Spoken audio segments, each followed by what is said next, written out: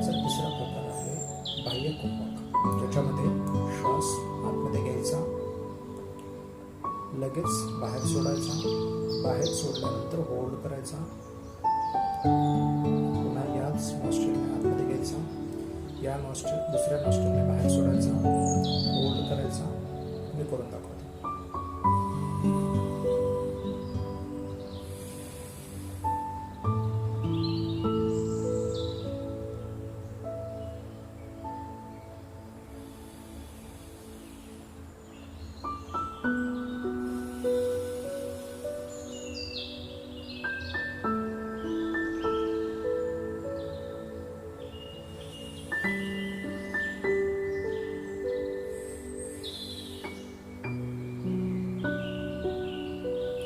यालाच बाह्य कुंभक असे म्हणतात.